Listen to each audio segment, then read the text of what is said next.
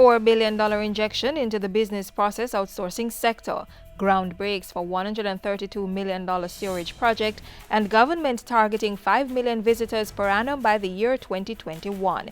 You're watching Jamaica House Weekly. I am Simone Wolf. My job is to reach into that deep pipeline of projects and rip them out, cut through the dense bureaucracy that sometimes becomes self-serving, and get to this point. Prime Minister Andrew Holness reiterating government's commitment to fast-tracking major investment projects. He was speaking at last Thursday's groundbreaking for the construction of a 157,000 square foot business process outsourcing BPO facility at the Portmore Informatics Park.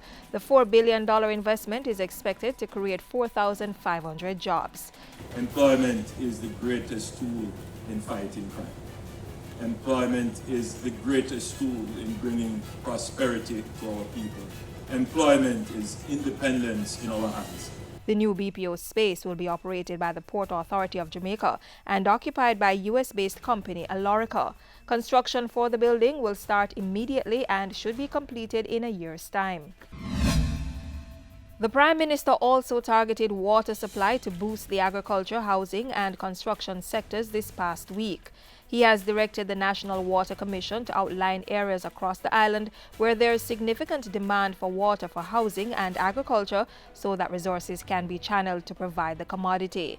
In that way, we will start to crank the engine in housing development, which will start to crank the engine of economic growth, which will start to give people employment. Prime Minister Holness was speaking Friday at a groundbreaking ceremony for the $131.9 million Bay Farm Villa sewerage project. The new system, to be completed in 5 months, will replace the 44-year-old wastewater treatment plant which serves residents of Bay Farm Villa, Olympic Court, Compound, Lime Tree Lane, Andrews Mews, Simmons Park and their environs. Existing flows from the plant will be transferred to the NWC's Nanspen pumping station. At the end of this project, you are not going to see a building. You're not going to see something that you can point to, an edifice. What you're going to see is no sewage running past your doorstep anymore. So this project is a major project, and it will change, I would rather say improve the life, the quality of life of the people who live in this area. Other communities, including Huenden, Acadia and Elletson Flats, will receive similar upgrades to their sewage systems. By Saturday, Prime Minister Holness had journeyed west to officially open the new 146-room Royal Decameron Cornwall Beach Resort in Montego Bay.